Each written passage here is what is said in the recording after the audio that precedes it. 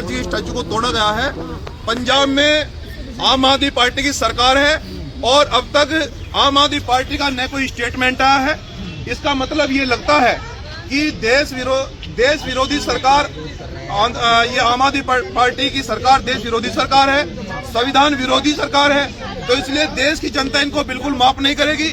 और हम ये भी बता देना चाहते हैं और इस देश की जनता से अपील करते हैं कि अगर संविधान सुरक्षित नहीं रहेगा तो किसी को न्याय नहीं मिलेगा, किसी के अधिकार सुरक्षित नहीं रहेंगे।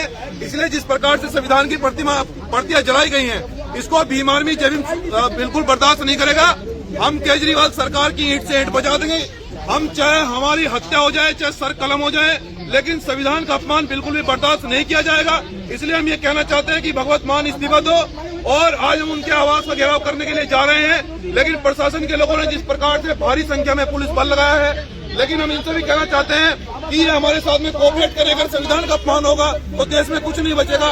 हम देश को नहीं टूटने देंगे, संविधान को नहीं आँच आने देंगे, चाहे कुछ भी हो जाए। भीम आर्मी जय भीम संगठन संविधान के सम्मान में मजबूती से खड़ा है। भगवंत मान कह रहे हैं कि कल ही कार्रवाई हो रही है। देखिए, कोई कार्रवाई नहीं हुई है, केवल फर्जीवाड़ा हो रहा है। जब तक जिस व्यक्ति ने संविधान की प्रतियां जलाई हैं, जब तक उस व्यक्ति की सदस्यता रद्द नहीं की जाती, जब तक उसको कठोर कारावास नहीं होता, भीम आर्मी जय भीम किसी भी सूरत में संगठन चुप नहीं बैठेगा। हमारा आंदोलन भी राष्ट्रव्यापी आंदोलन होगा।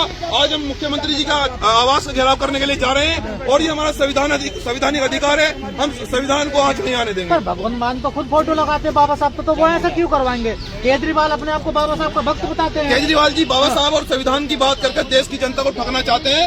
और जिस प्रकार से अमृतसर में जो घटना हुई है, देश जान चुका है और देश की जनता केजरीवाल जी को और उनकी पार्टी को माफ नहीं करेगी। इसलिए अब देश की जनता रोड पर निकलेगी। संविधान को बिल्कुल भी आँच नहीं आने दी जाएगी।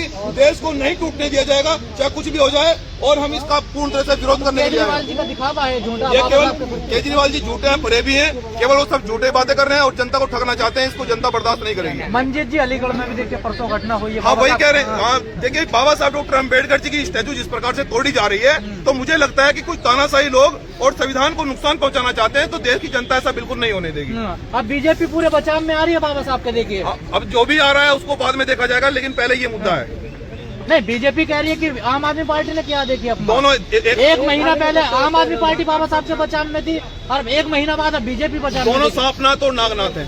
एक सांपनाथ है, एक नागनाथ है। दोनों फरे भी हैं, झूठे हैं और देश की जनता इनको माफ नहीं करेगी। जी कुछ जी क्या कहना? केजरीवाल सरकार होश में आओ, होश में आओ, होश में आओ। केजरीवाल सरकार होश में आओ, होश में आओ, होश में आओ। संविधान के सम्मान में,